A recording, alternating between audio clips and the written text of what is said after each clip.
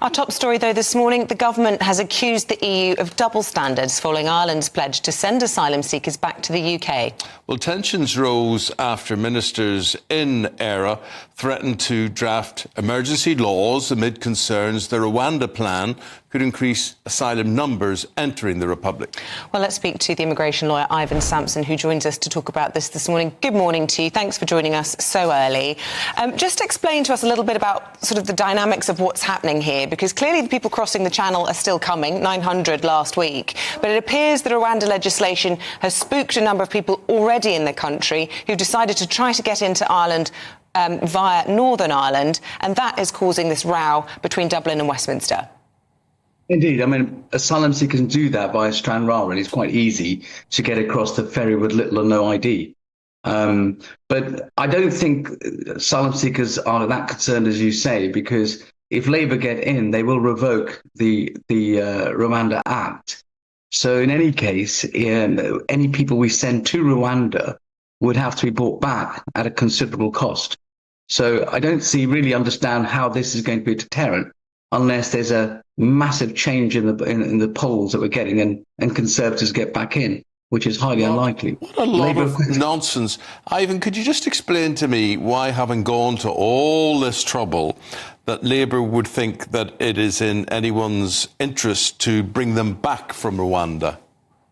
Well, it's the law, Eamonn. We've got to comply with laws. The government expects me to comply with laws, and if they want me to comply with laws, I expect the government to comply with our international treaty obligations. Now, if we don't like those treaties, let's come out of them. That's for voters to decide to bring a government that wants to do that. But we have to comply with international laws. The Rwanda Act is an unlawful act because it disapplies vast sections of the Human Rights Act. So you've got two different types of legislation in conflict with each other.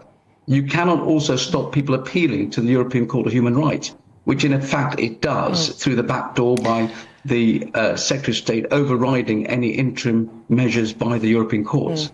So it's an unlawful act. We just have to admit it. Well, we've heard the arguments at length, I suppose you could say, about the pros and cons of the Rwanda legislation. What I think is new is the Irish element in all of this. And now the Irish are also threatening to use emergency legislation in order to force us to take back those asylum seekers who have come into their country. That's double standards, isn't it? That's hypocrisy from the European Union. Until the French take our migrants that are crossing the busy shipping lane of the Channel, why should we be taking in asylum seekers from Ireland? Well, we shouldn't, because there's no treaty for us to do that. Every country who has a migrant coming into their territorial waters or on their territorial land has to consider that asylum application within the meaning of the Refugee Convention. But it's very sad, because it appears to me that these asylum seekers are the unwanted. We're playing ping pong with them, and nobody wants them.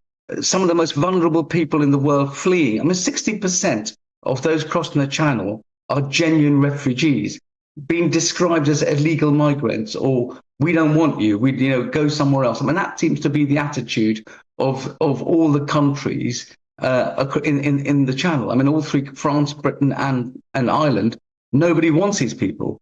It must be very sad for those fleeing persecution to be treated in this way. Yeah, I mean, that's the obvious message. I mean, the message is there, which nobody seems to accept. You're not wanted. Our countries can't take you. Ireland, who had opened doors to everybody, now, of course, are completely clogged up. I mean, the whole situation, Ivon, in the Republic of Ireland has got totally out of hand. And they're saying, oh, come and stay with us, all be with us. Now they don't want migrants. Look, the countries have to work together. We can't do what Australia did. And that the government's copying Operation Sapphire. This is where all this came about. Push the boats back, let's not have them. It came about from the Australian model. And it didn't work because the Australians realised the cost of sending people abroad was astronomical. It was like $1 million per person. And I don't think the cost of sending two people to Rwanda is any much less than that.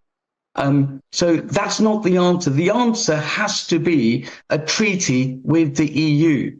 It worked under the Dublin Convention. We need to have a similar treaty that if you don't claim asylum in Europe, you cannot claim asylum here. And if you do that, we will send you back. The proper screening Intervention wasn't fingerprinting- hugely successful, but I'm interested though. Von der Leyen, obviously the EU Commissioner, she's saying that they now want to copy our Rwanda deal. So you can't have it both ways, can you? That we're these outliers and we're breaking all these European conventions, and yet the Europeans are now looking at what we're doing, going, "Oh, that looks like a good idea."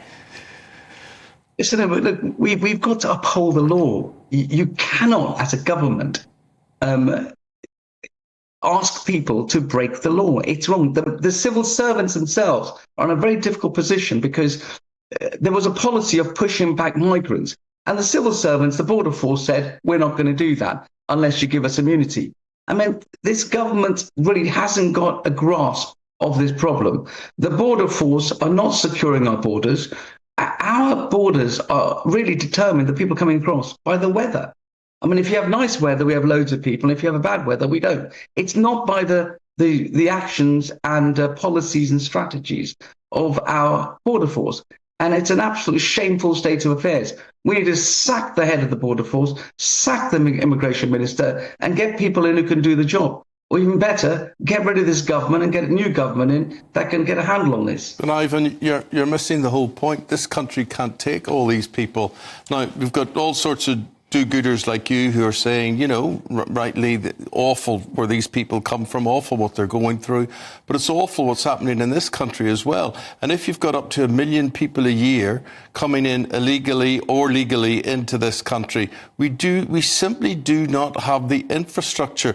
We can't afford to look after them. We can't afford to look after the people who are already here. And people are saying, what about our own homeless? What about our own people who haven't got space in hospital and whatever?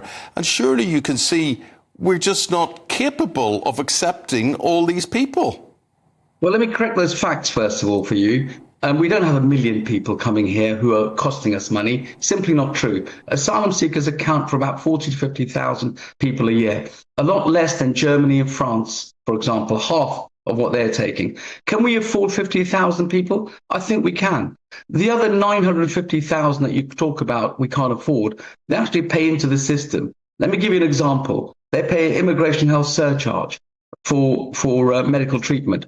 So as well as paying national insurance contributions for that treatment, they pay additional fee of that surcharge of £1,000 a year. So, and they're paying into the tax system. Most people don't have children. A huge proportion of net migration is made up of students who obviously aren't earning and they aren't paying national insurance and all of those things. But I accept your point about the percentage of people entering illegally.